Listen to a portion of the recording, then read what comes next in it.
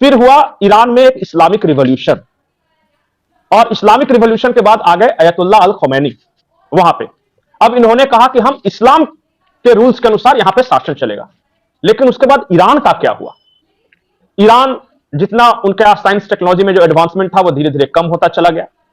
जो वहां के यूनिवर्सिटीज थे, जो कि ग्लोबल रिसर्च हब थे, वो सब अब वही बुर्का, पर्दा, ये हलाल है तो ये हराम है, तो ये सब के चक्कर में वो फंस गए।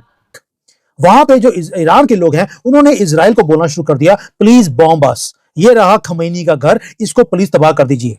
और वहां पर उन्होंने F-15 को तैयार करना शुरू कर दिया है। दूसरा, ईरान के लोग उन्होंने इस्लाम को छोड़ना शुरू कर दिया, ये बोलकर ये फर्जी कल्ट है, हम इसे नकारते हैं।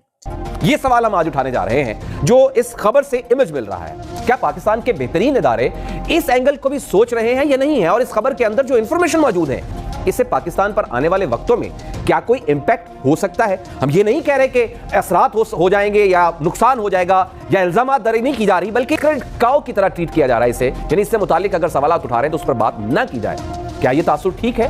मुसलमानों से मुतालिक अगर ऐसी रिवायात और सोच अगर चीन में पाई जा रही है तो बतौर इस्लामी मुल्क पाकिस्तान, चाइनीज की पाकिस्तान में आमद, उनका स्टेक बढ़ जाएगा।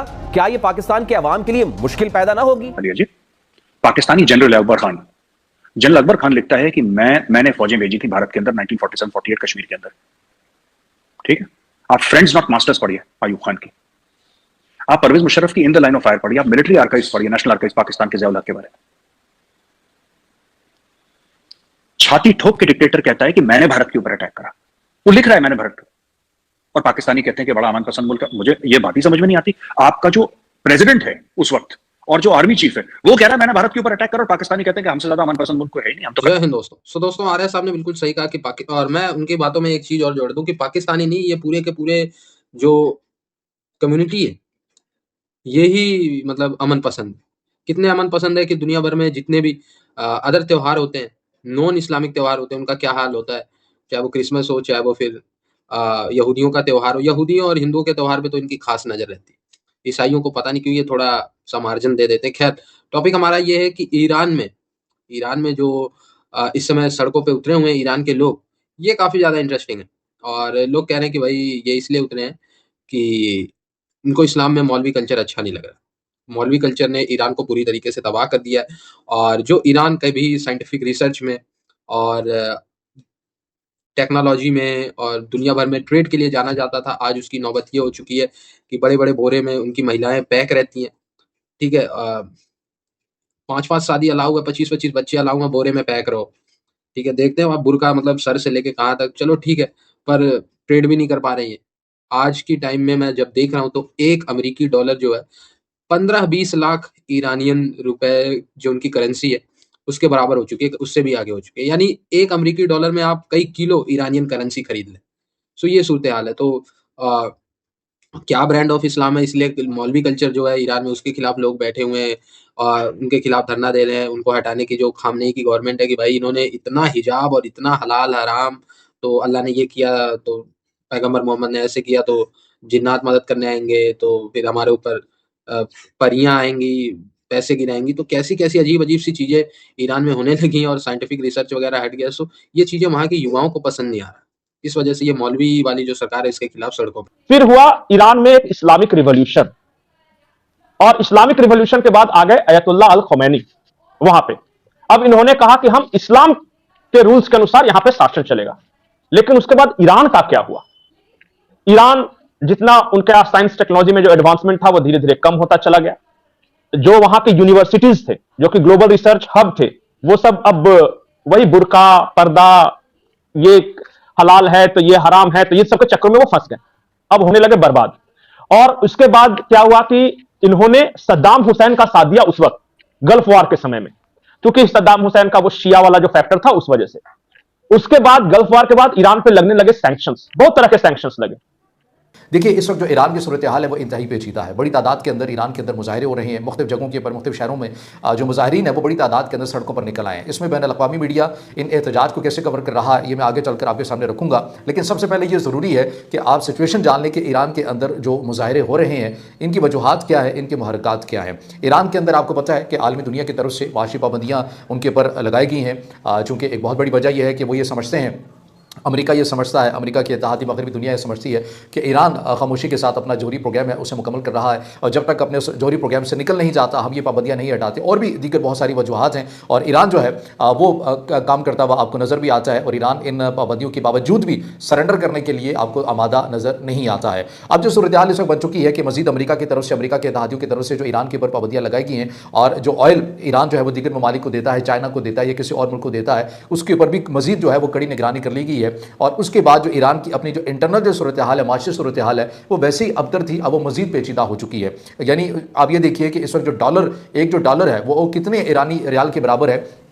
एक अमेरिकी जो डॉलर है वो जो 1.45 मिलियन ईरानी रियाल के बराबर हो चुका है। ये इस हद तक सवेर किस्म की सिचुएशन बन चुकी है। और ना सिर्फ ये कि करेंसी के मामले में, बल्कि आप ये भी देखते हैं कि हमने इससे पहले भी ईरान के सूरत हाल के ऊपर डिस्कशन की थी, बात की थी कि ईरान के अंदर पानी का कहत है वो बहुत तेज़ी के साथ उभरता हुआ सामने आ रहा है, और इसके ऊपर भी मुजाहरे हुए हैं। और हत्ता कि ईरान की जो गवर्नमेंट है उन्हें यह करना पड़ा कि दफातर में 3 से 4 दिन के लिए छुट्टियाँ देनी पड़ी ताकि पानी का कम से कम इस्तेमाल हो सके। घरों के अंदर पानी किस हद तक इस्तेमाल करना है उसके ऊपर भी हुकूमती सतह के ऊपर एक बाकायदा जो है वो पॉलिसी भेजी गई थी ताकि वो शहरी जो है वो उसके ऊपर अमल कर सके।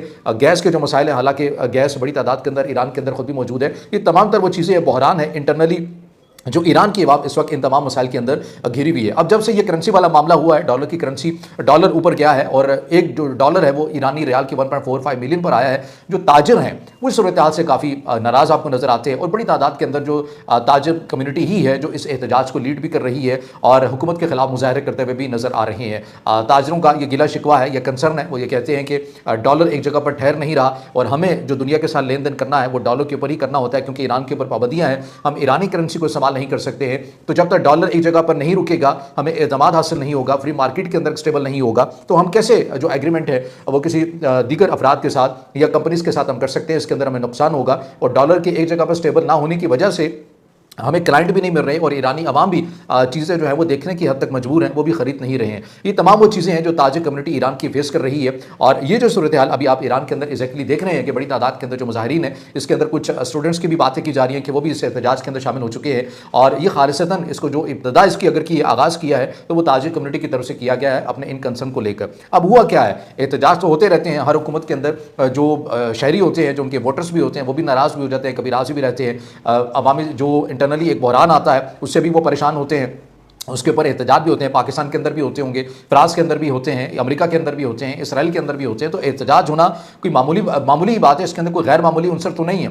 लेकिन ईरान चूंकि उसके ऊपर माशी तौर के ऊपर पाबंदियां हैं और एक फ्लैश पॉइंट रहता है, वहां पर एक एक चीज़ के ऊपर कमेंट्री की जाती है, इसीलिए हर चीज़ को रियासत के अगेंस्ट जो है वो समझा जाता है। मिसाल के तौर पर एक सादा सा मामला है कि ईरान की अवाम है वो इंटरनली बहरान की वजह से एहतजाज कर रही है, लेकिन जो बैनुल अक़वामी मीडिया है वो उसको जब इस तरह से रिपोर्ट करता है कि ईरान प्रोटेस्ट अगेंस्ट रजीम, यानी रजीम बेसिकली वो कहना चाह रहे होते हैं कि पूरी स्टेट को जो सुप्रीम लीडर सैयद अली ख़ामनेई है उनके अगेंस्ट वो कर देते हैं। अतः कि अब चूंकि हमारा वो पैटर्न नहीं है, वरना मैं आपको बाज़ जो ऐसे जो मुजाहिरीन हैं उनके अंदर मौजूद जो शुरा थे उनकी वीडियोज़ में आपको सुनवा सकूँ जो फास्ट। यानी कि ईरान के मुसलमानों ने ओपनली बोलना शुरू कर दिया है इस्लाम के खिलाफ। और तीसरा उन्होंने बोल दिया कि मौलाना जो हैं ये गंद डालते हैं, हम अब मौलानाओं का जो ये पूरा सिस्टम है इसे हम एक्सेप्ट नहीं करेंगे। खमेनी की डेथ की बातें बोल रहे हैं और इजराइल को एड्रेस बता रहे हैं कि यहां खमेनी बैठा है बुरके में छुपकर। लास्टली जो विमेन है वो सड़कों पे प्रोटेस्ट करने उन्होंने शुरू कर दिया और बाहर निकल के बोलती हैं अब हम हिजाब और ये काला बोरा हम नहीं डालेंगी। उन्होंने ओपनली बोलना शुरू कर दिया, वी डिफाई दिस रूल जो 79 में जाकर हमारे ऊपर थोपा गया, हमें अपनी फ्रीडम वापस चाहिए। यानी कि एक चीज तो क्लियर है कि middle east is changing for ever, और जो मेन स्ट्रीम मीडिया है वो बात नहीं करेगा इसके ऊपर, क्योंकि जो सड़कों पे जो तेहरान में हो रहा है वो समथिंग हिस्टोरिकल है। 46 इयर्स हो गए ये रेडिकल रजीम जिसने ईरान को हॉस्टेज बना के रखा था। एक जो फियर था इनके दिमाग में डाला हुआ वो फियर खत्म हो गया, लोग सड़कों पे आ गए and they are saying the thing and thinkable.